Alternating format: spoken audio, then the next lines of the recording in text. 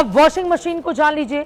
BJP पर अक्सर आरोप लगते हैं कि वो दागियों को डराकर अपने पाले में ले आती है और जैसे ही दागी उसकी पार्टी में आ जाते हैं वैसे ही उनके खिलाफ जांच बंद हो जाती है।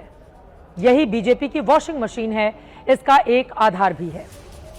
रिपोर्ट के मुताबिक 2014 से 24 के बीच कम से कम 25 बड़े नेता ऐसे रहे जो केंद्रीय एजेंसियों की जांच का सामना कर रहे थे और बीजेपी में शामिल हो गए। इन 25 नेताओं में से 23 नेताओं को बीजेपी में शामिल होने के बाद जांच से राहत मिल गई। 23 नेताओं में से 20 नेताओं के खिलाफ जांच ठंडे बस्ते में चली गई, जबकि 3 मामले पूरी तरह बंद कर दिए गए।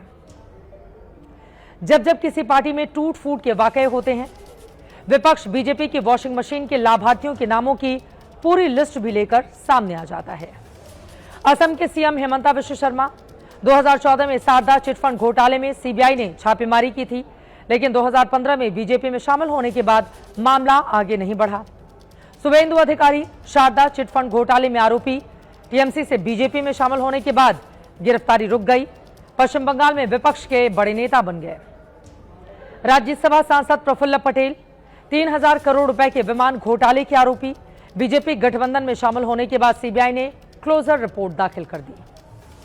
अशोक चव्हाण आदर्श हाउसिंग सोसाइटी घोटाले के आरोपी कांग्रेस से बीजेपी में शामिल होने के बाद राज्यसभा सांसद बने और उसके बाद जांच रुक गई। लेकिन सवाल फिर वही है, जब राघव चड्ढा, संदीप पाठक पर कोई करप्शन केस नहीं, तो बीजेपी जबरन क्यों अपनी वॉशिंग मशीन का प्लग ऑन करेगी उनके लिए? दाग ही नहीं दिख रहे हैं तो किस बात पर साबुन का पानी में मशीन घुमाने का काम किया जाएगा?